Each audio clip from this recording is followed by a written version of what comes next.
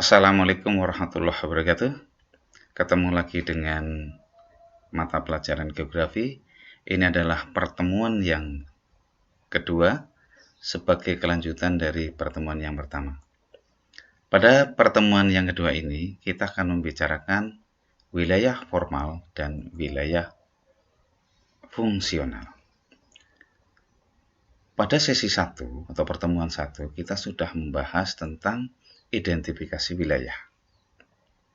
Di dalam identifikasi wilayah, ada 3 aspek yang kita bahas, yaitu ketampakan wilayah, aktivitas wilayah, dan perkembangan wilayah. Ketampakan wilayah ada yang homogen, ada yang heterogen. Aktivitas wilayah ada yang pasif, ada yang aktif. Perkembangan wilayah ada yang statis, ada yang dinamis. Homogen, pasif, dan statis itu adalah sebuah ciri dari wilayah formal.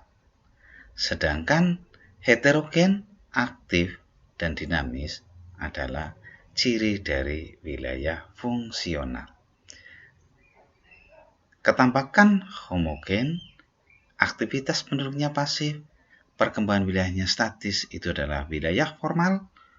Ketampakannya heterogen, aktivitas penduduknya aktif, perkembangan wilayahnya dinamis cepat adalah wilayah fungsional. Nah, kita akan membicarakan dulu masalah wilayah fungsional dan wilayah formal. Apa itu wilayah formal? Nah, wilayah ini memiliki ciri ketampakan yang homogen, pasif, dan perkembangannya lambat atau statis. Nah, wilayah ini dapat ditinjau dari kriteria fisik atau alam. Boleh topografinya, jenis batuannya, iklim, vegetasi, dan sebagainya. Maka di sini sebetulnya pada kriteria fisik termasuk adalah unsur biotiknya. Antara muncullah wilayah pegunungan kapur, wilayah beriklim dingin, wilayah vegetasi mangrove, padang rumput, padang pasir, pantai, dan sebagainya. Itu adalah fisik. Ada yang kriteria budaya, yaitu wilayah desa, wilayah permukiman, perkebunan, pertanian, dan sebagainya, di mana di sini sudah ada sentuhan dari unsur manusianya. Masih berbicara masalah wilayah formal, di mana ini adalah sebuah kawasan yang homogen. Jadi awalnya kriteria ini digunakan adalah kondisi fisik, contohnya iklim dan topografi. Lalu berkembang ada kriteria ekonominya, misalnya industri, pertanian, bahkan digunakan kriteria sosial politik sudah masuk, tapi di sini unsur manusianya masih lemah. Nah, jadi kriteria yang digunakan pada pembagian wilayah formal itu bisa dari kenampakan areal fisik, gunung, sungai, rawa, dan lain-lain. Atau mungkin dari areal biotiknya, hutan, sawah, perkebunan, ini adalah tumbuh-tumbuhan semua. Atau mungkin juga dari areal sosialnya, yaitu adalah desa, negara, provinsi, dan lain-lain. Nah, bagaimana untuk wilayah fungsionalnya atau nodalnya ini? Ini sebetulnya wilayah fungsional itu berasal dari wilayah formal. Wilayah formal ini berkembang pesat, dinamis, aktif, dan heterogen. Maka jadilah dia adalah wilayah fungsional. Wilayah yang dicirikan dengan kegiatan yang saling berhubungan antara beberapa pusat kegiatan secara fungsional.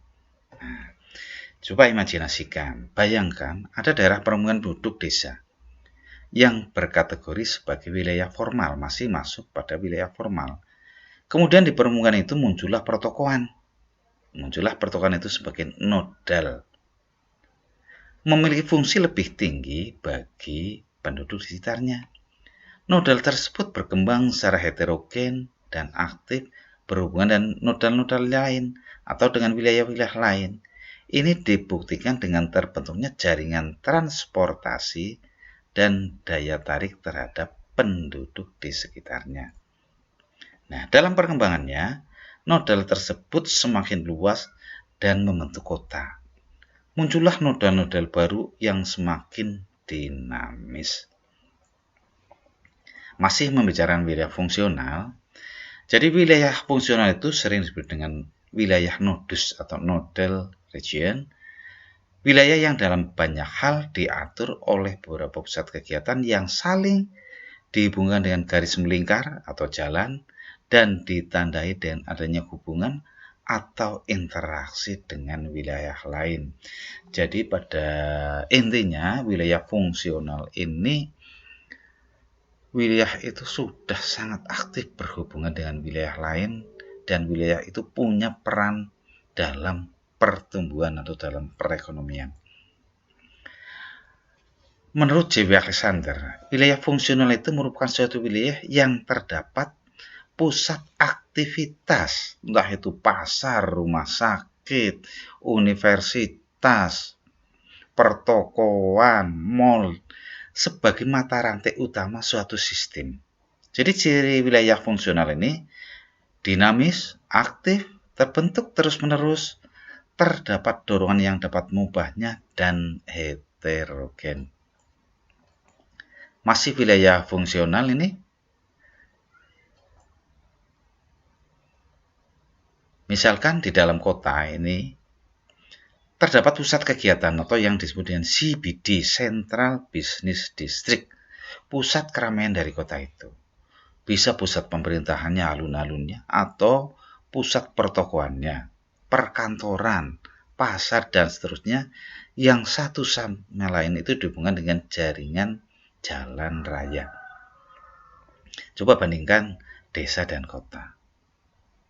Berapa banyak jalan, berapa banyak transportasi, berapa kepadatannya, bagaimana tingkat kemacetannya. Ini yang bisa kamu perbandingkan.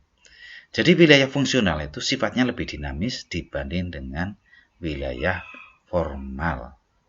Nah, kategori wilayah, kita lanjutkan dengan kategori wilayah. Pembagian wilayah ini bisa berdasarkan kategori atau tingkatan kompleksitas dari topik atau unsur. Ya. Ada wilayah yang berdimensi tunggal, hanya satu unsur yang dominan membentuk. Atau wilayah yang berdimensi gabungan, combined topic region, ada minimal 2 topik. Dan ada wilayah yang berdimensi banyak atau jamak, multiple topic region, dan ada wilayah total sudah banyak lagi, minimal 4, dan ada compact atau sekitar 5 atau lebih. Jadi semakin wilayah ke compact itu semakin besar pengaruh dan campur tangan manusia. Wilayah single topic atau wilayah berdimensi tunggal justru yang kuat adalah pengaruh alam. Nah, ini kita contohkan kompleksitas wilayah, berapa jumlah unsur yang terlibat dalam pembentukan wilayah. Ya, kita contohkan ini, ada single topik, contohnya pantai. Nih. Pantai itu hanya pasir dan air laut. Kemudian muncullah pantai dan mangrove. Di pantai itu ada mangrove. Itu sudah combine. Sudah dimensinya lebih banyak. Lebih banyak lagi itu ada pantai, mangrove, sudah ada unsur sentuhan manusia membuat tambak di situ. Ada total region, sudah ada pantai, mangrove, berkembang tambak, berkembanglah jadi objek wisata sederhana.